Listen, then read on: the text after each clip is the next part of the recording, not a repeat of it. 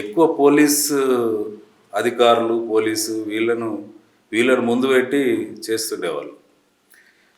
ఏదైనా అయితే తప్పుడు కేసులు పెట్టియడం, అరెస్టులు చేయించడం, లేకపోతే గ్రామాల్లోనే వీళ్ళ ఒక పంచాయతీలాగా నిర్వహించి చెట్టుకు కట్టేసి కొట్టిన సందర్భాలు, తిరిగి భయానకమైన వాతావరణం సృష్టించి ఎవరు ఇట్లాంటి వాటిని ఎదురు చెప్పకుండా ఇట్లాంటి చేసిన సందర్భాల్లో పీపుల్స్ వార్ పార్టీ అనేది ఒక్కసారిగా మార్పుకు నాంది పలికింది.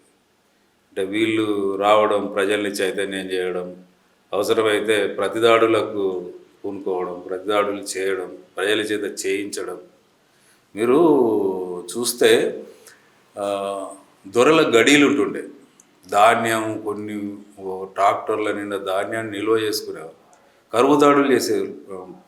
ప్రజల్ని చైతన్యం చేసి తిండికి లేని పరిస్థితుల్లో దొరల గడీల్లోకి ప్రజలను, అంటే ఏ గడి వైపు చూడాలంటే భయపడే ఆ ప్రయాణికాన్ని ఆ గడిలోకే తీసుకెళ్ళి తమ ధాన్యాన్ని తాము తెచ్చుకునేలాగా చేసిన సందర్భాలు, అంత చైతన్యం వచ్చి ఉండే.